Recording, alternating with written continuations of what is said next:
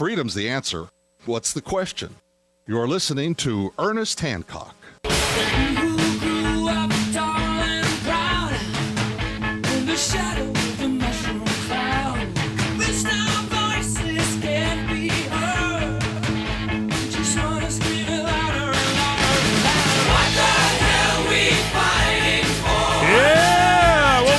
Here on Declare Your Independence with me, Ernest Hancock, each and every day on LRN.FM network from Phoenix, Arizona, in the beautiful studios of Freedom's Phoenix Farm. On the farm, we're getting ready for what? I don't know. I mean, there's a lot of things that we need to talk about. We have our special guest, Karl Grossman. He's a professor in New York that's wrote some books. And, it's interesting that you would have someone that would tell us what we're not supposed to know about nuclear power. I want to ask some questions about that, but I want to make a statement so that the audience understands certainly my perspective and what I'm looking for from our visit with Karl. I understand from a libertarian free market position one thing.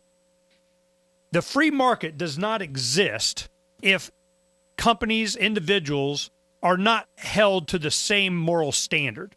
I as an individual, expect my friends, neighbors, family, to be responsible for themselves and whatever damage they cause and things that they do. And government, I hold them to the same moral standard as I would another individual. Corporations, other individual, business owner, everybody should be held to the same standard. You steal from me, I want to be made whole. That's bad.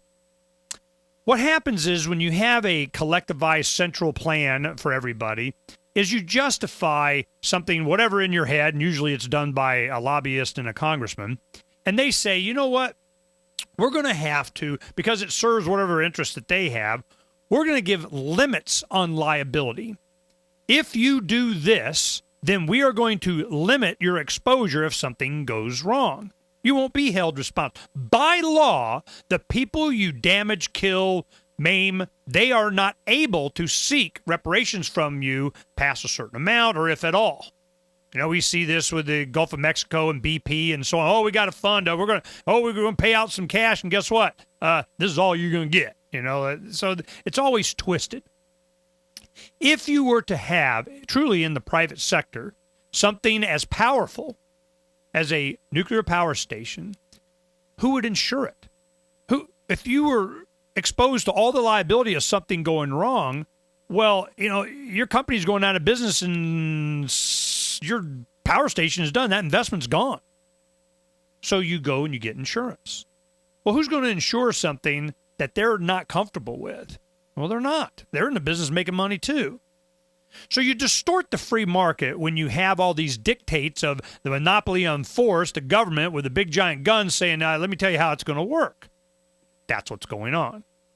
So it's not that I'm against nuclear power. It can be done, not done. I'm not a scientist. I just think that the people that produce it must be held responsible for what damage they cause, or they're not going to be focused on not causing damage.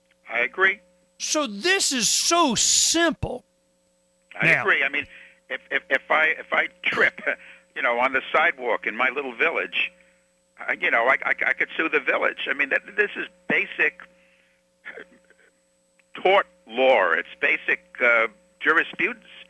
But the big exception, and it's some exception, is the nuclear industry. I mean, the liability limit. Why? Why? Well, I mean, what happened? We got to beat on this. I made it clear, what's going on. But I'm wondering, why? Was it to make it cheaper to make nuclear weapons? I mean, was it because you got some military-industrial complex, company du jour that, we need this to reduce our cost to make what? I mean, there had to be some reason. Somebody put something in their pocket. Why? Why do we have this industry?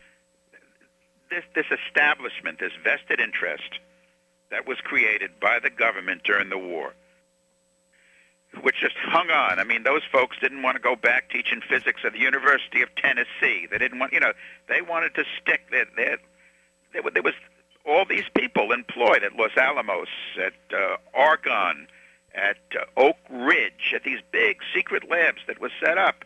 And they just wanted to continue. They can keep making bombs, and they did, but bombs don't lend themselves to commercial spin-off. You can't sell an atom bomb even to the French. You can make several thousand. We made 30,000. But what else could be done with nuclear technology to perpetuate this vested interest?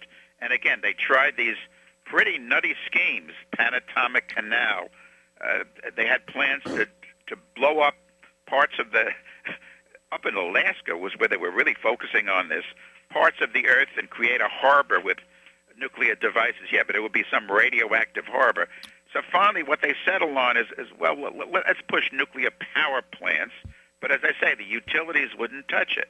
So what they did was they threatened the utilities. The government built the first nuke in Pennsylvania, and Lewis Strauss, chairman of the AEC, said, you don't build them, we will. And then the carrot, as I say, was we'll limit liability. So if there's a disaster, don't worry, you don't have to pay much. This sounds like NASA. I mean, it's just another big, giant government kind of, I get it.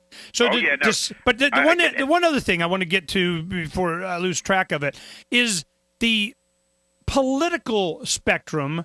I was kind of surprised, that we had the Democrats coming out as proponents of nuclear power. And then this thing happens in Japan, man. That's just, they went for decades hammering on, we are for doing away with. And then right when they do this, boom, Japan happens. They're just going, man, our timing sucks. It's beyond Democrats and Republicans. That's my point. I was invited a few years ago to keynote a big conference in Russia. Okay, Russia. So Russia, nuclear, how did that work? It turns out it's the same deal. It was, instead of a letter from Albert Einstein in 1939 to Franklin Roosevelt, which triggers the Manhattan Project, and then all this stuff I'm talking about, how we're going to be able to perpetuate the vested interest. In Soviet Union, it turns out, I did a lot of research on this. I had to give this big keynote speech, and I've written about it since, from a Soviet physicist named George Flevov, and he writes that Stalin talks about nuclear. So they begin a whole nuclear thing during the war. At the end of the war, then these folks, they build atom bombs too, and they build the hydrogen bomb, but then they go on to build nuclear plants to a fairly well to keep their establishment going. Let me tell you, the first nuclear plant I saw in Russia, I couldn't believe it. It was a place called Voronezh, big city, more than 1 million people.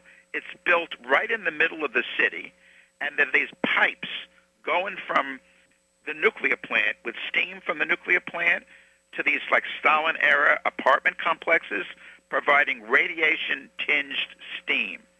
And the last thing I saw, the last trip I made to Russia, this was this presentation I gave in Tomsk. It was actually in the middle of Siberia, big atomic city, sort of like Albuquerque in Russia. As I left, going to the airport, next on an apartment building was a rendering of a Soviet working man with all kind of atom symbols above his head. It's the same thing, vested interest and government up to its neck. You can see this is going to be interesting. You guys stay right there. We'll be right back on the nuclear industry and what's the future and why and what we're going to do about it.